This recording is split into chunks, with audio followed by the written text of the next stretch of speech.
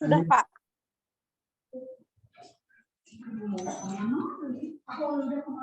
Ya, baik. Assalamualaikum warahmatullahi wabarakatuh. Waalaikumsalam warahmatullahi wabarakatuh. Ya, alhamdulillahirrahmanirrahim. Hari ini kembali kita bertemu secara virtual untuk diskusi lanjutan ya, materi mata kuliah statistik penelitian pendidikan. Saya akan share materi.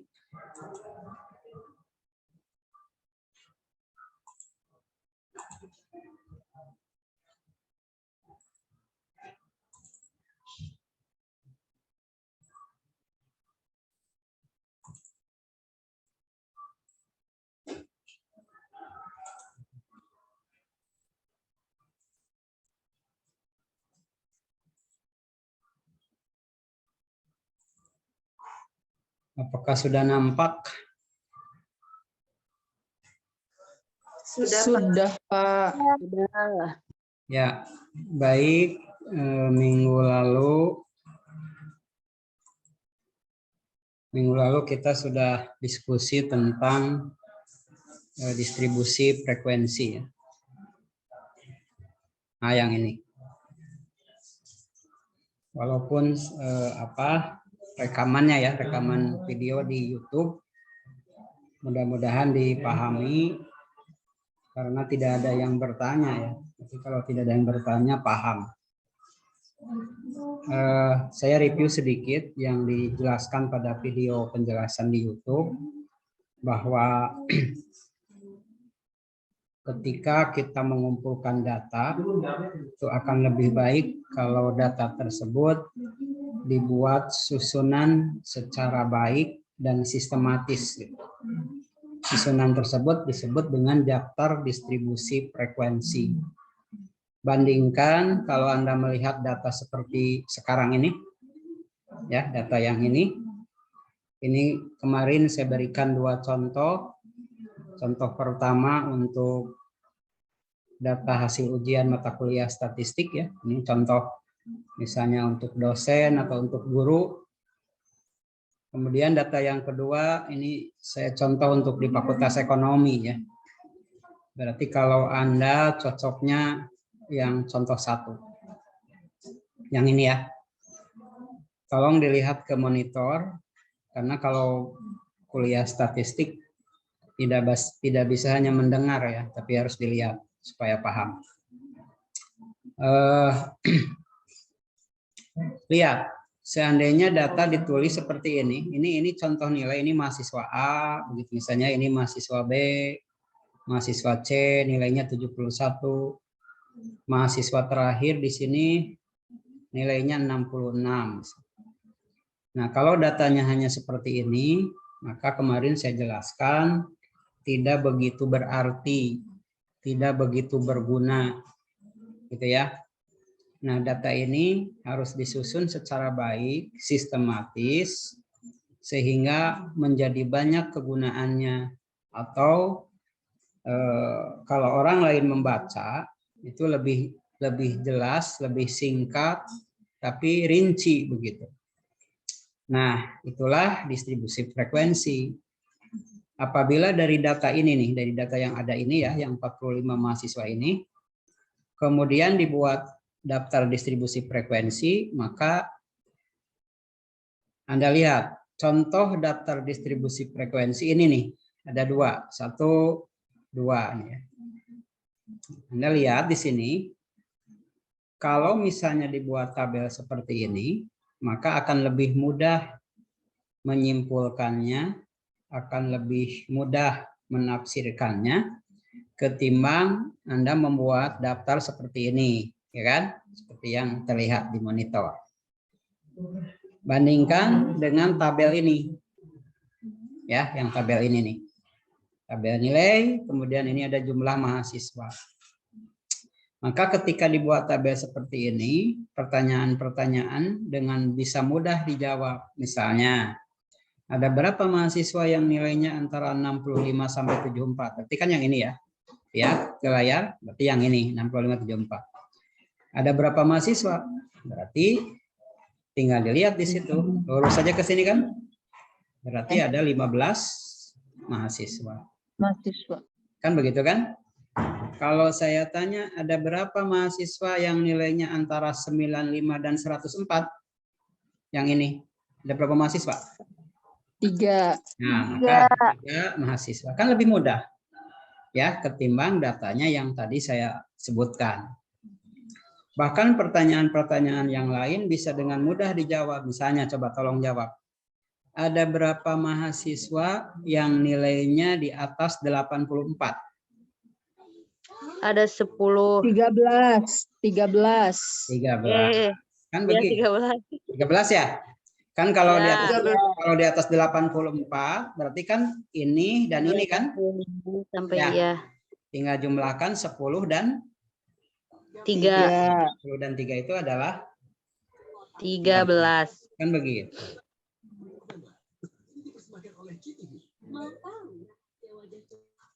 Ya, nah sekarang terakhir misalnya. Ada berapa mahasiswa yang nilainya kurang dari 65? Yang nilainya kurang dari 11. 11. 6 ditambah 3. 6 ditambah 3 ditambah 2. Nah, begitu. Kalau pertanyaan tadi diajukan dengan data yang seperti yang ada di sini, kira-kira bisa kejawab nggak? Kalau datanya seperti ini. Dulu Pak. Bisa Gimana? dihitung dulu. Harus dihitung dulu. Harus dihitung dulu. Dan lama ya? Iya. Nah, berarti kalau tabel seperti ini lebih bermanfaat ketimbang data yang awal. Nah, tabel inilah yang kemudian disebut daftar distribusi frekuensi. Gitu ya. Nah, masalahnya sekarang Anda harus bisa menyusun tabel ini seperti bagaimana caranya. Nah, itu tugas kita sekarang. Jadi bukan hanya membaca, melihat seperti ini, begitu, tetapi kemudian tidak paham, tidak bisa menyusunnya. Nah, hari ini kita akan belajar bagaimana menyusun tabel ini supaya kemudian bagus, baik, gitu ya. Dilihatnya juga gampang, disimpulkannya juga mudah. Nah, bagaimana caranya? Maka sebelum bagaimana menyusun tabel yang tadi, daftar distribusi frekuensi yang tadi, maka pertama kali harus dipahami dulu istilah-istilahnya. Ya, ini ada beberapa istilah. 1, 2, 3, 4, 5, kemudian halaman berikutnya. Ini filenya udah kan ya? Udah ya? Udah, Pak, udah. Nah, jadi tidak usah ini lagi kan, tidak usah ribet-ribet kejar-kejaran mencatat. Jadi dicatatnya yang penting saja.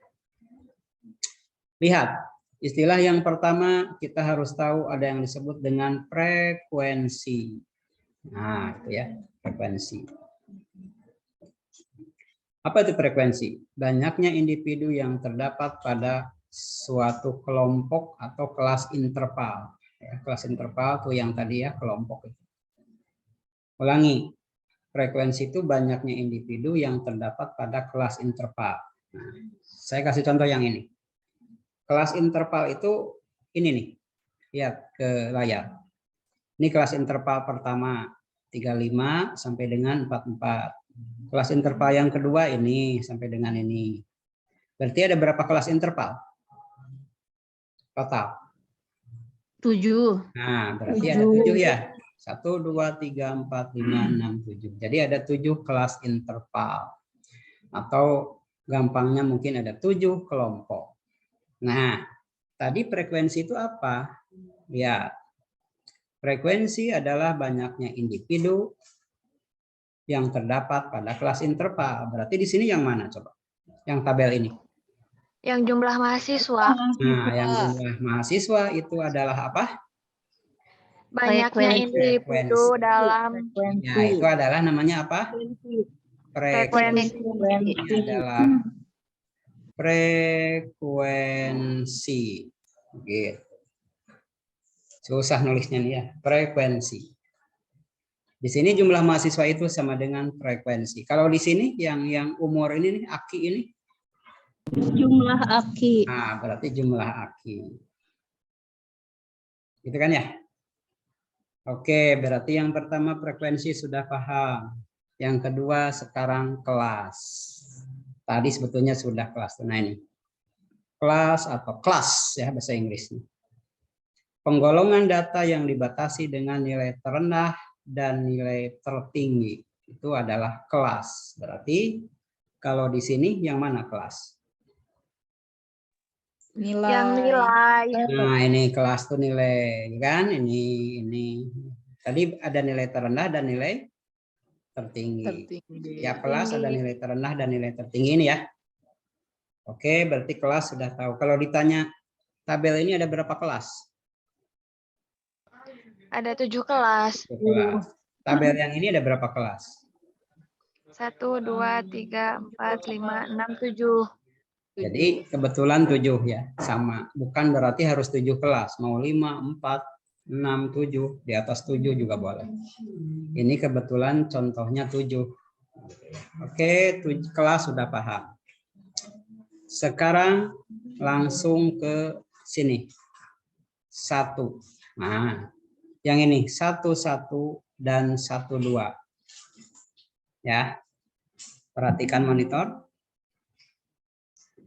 Jadi ada istilah lower class limit, ada upper class limit. Lower class limit yaitu batas bawah kelas. Ya, batas bawah kelas. Saya sering menyebutnya ini LCL. Lower class limit, LCL. Sedangkan ini batas atas kelas yaitu UCL. Upper class limit. Ulangi, ada yang masuk sebentar. Ya, sekali lagi ada lower class limit, kemudian ada upper class limit. Lower class limit itu batas bawah, upper class limit batas atas. Batas atas. Ya. Jadi batas bawah kelas dan batas atas kelas. Contoh yang tabel tadi. Nah, ini. Ya. Yang ini.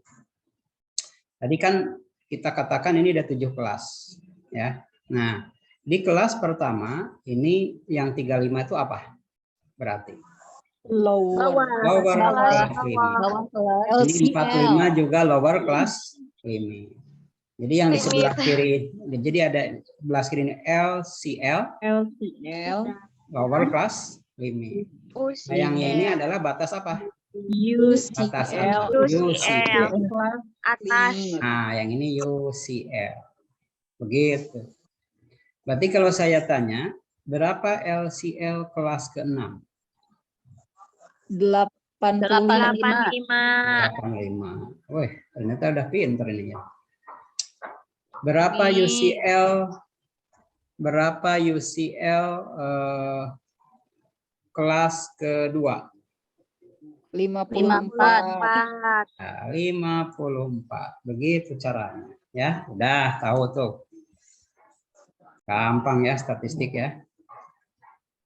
Oke, saya hapus dulu. Nah, lanjut. Anda fokus ke sini. Nah, lanjutnya ke ini. Nah, yang ini 2122. Kalau tadi saya sebut LCL UCL, maka berikutnya LCB UCB. Yang ini adalah LCB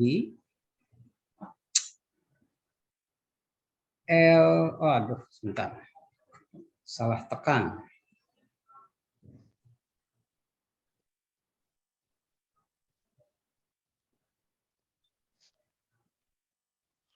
Nah, ini saya maksudnya video rekaman tuh saya sama persis begini.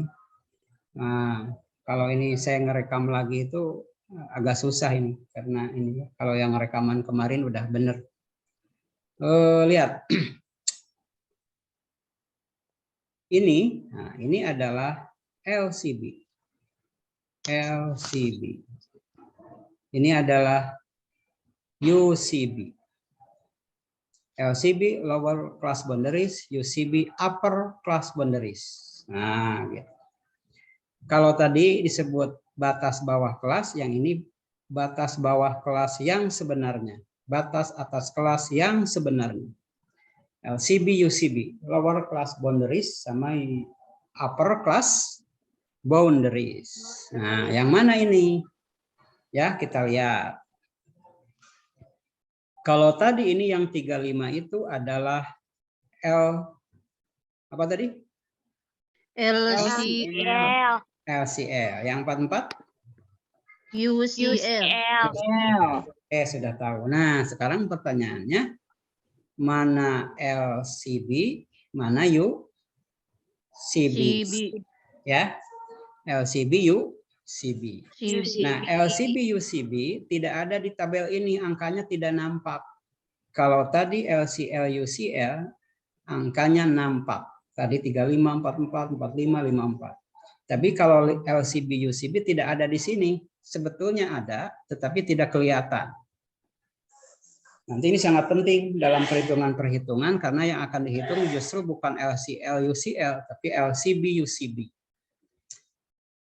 Lower class boundary dan upper class boundary. Jadi bagaimana cara mencari LCB? Sama dengan, nah saya tulis ini ya rumusnya, tidak ada tuh di catatan.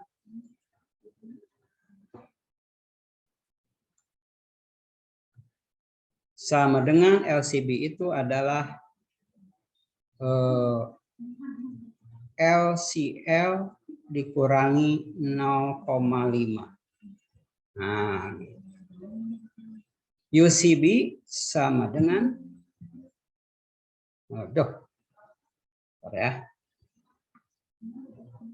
sama dengan, ini udah nggak mau bisa nulis karena terlalu bawah. Sama dengan UCB ditambah UCL apa UCL? UCL, ya. UCL dikurangi ditambah 0,5. Nah.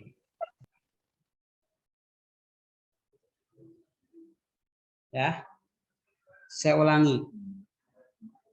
LCB itu adalah LCL dikurangi 0,5.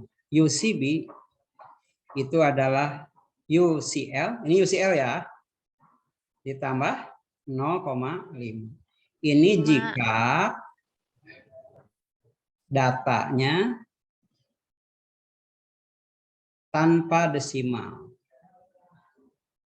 Tanpa desimal. Nah, gitu. Apa maksudnya tanpa desimal? Nah, Anda lihat tabel ini. Ini ada desimalnya enggak? Nggak ada. Nggak ada. Kalau tidak ada desimalnya, maka ini rumusnya. Kalau ada desimalnya nih, contoh yang ada desimal nih, tabel berikutnya yang ini nih. Nah, ini ada desimalnya ya, 1,5, 1,9. Nah, kalau ada desimalnya, bukan dikurangi 0,5, tapi dikurangi 0,05.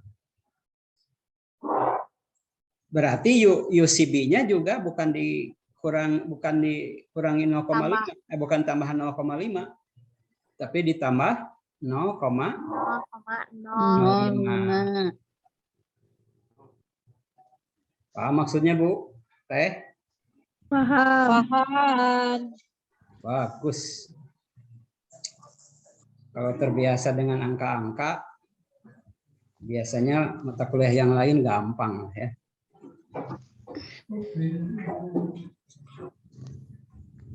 Oke, ulangi. Kalau tadi datanya ada desimal, maka LCB adalah LCL dikurangi 0,0. Kalau ada desimalnya. UCB adalah UCL ditambah 0,0 karena ada desimal. Kalau tanpa desimal dikurangi 0,5 dan ditambah 0,05. Kalau sudah paham, sekarang lihat tabel yang ini. Kalau saya tanya, berapa LCB yang kelas pertama? 44,5. LCB 34,5. berapa? 34,5. Nah, betul. Berarti yang ini adalah 34,5. 5. Ya kan? Ya. Berapa UCB-nya? Yang ini? 4,5. 4,5. Iya, bagus. Berapa LCB kelas keempat? 64,5. Berapa UCB kelas ke-6? 84,5. Bukan kelas ke-6 ya, kelas kelima ya. Kelas kelima ya. Ya. Ya. Oke lah, sudah paham ya. Baik, sudah bagus. Tadi sudah tahu LCL, UCL, LCB, UCB sudah paham. Gitu ya. Ada pertanyaan? Cukup. Coba saya tes terakhir. Anda lihat ini kelas ke-7 ya, lihat kelas ke-7. Berapa UCL? 104. 104 104 UCL. 104. Ya, UCL-nya 104. 104. Berapa LCB-nya? 94,5. 4,5. Ya, 94,5. Sekarang lihat kelas ketiga yang ini. Kelas ketiga yang ini. Berapa UCL? 64. 64. Berapa UCB? 64,5. Iya. Udah paham. Lanjut. Nah, sekarang berikutnya yang ini nih. Kelas interval atau panjang kelas atau lebar kelas boleh ya. Jadi kita boleh menyebutkan panjang kelas, lebar kelas sama ya, padahal panjang dan lebar itu beda. Tapi di dalam statistik yang ini panjang dan lebar dianggap sama ya. Atau istilah statistiknya kelas interval. Apa itu? Kelas interval adalah lebar dari sebuah kelas dan dihitung dari kelas boundaries. Nah, jangan salah ya. Dihitungnya dari kelas boundaries, bukan kelas limit. Tadi ingat ada LCL, ada UCL. Kalau ini LCB, UCB. Ulangi. Jadi panjang kelas itu adalah perbedaan kelas boundaries. Ya. Contoh supaya langsung gampang. Ini. Saya hapus dulu.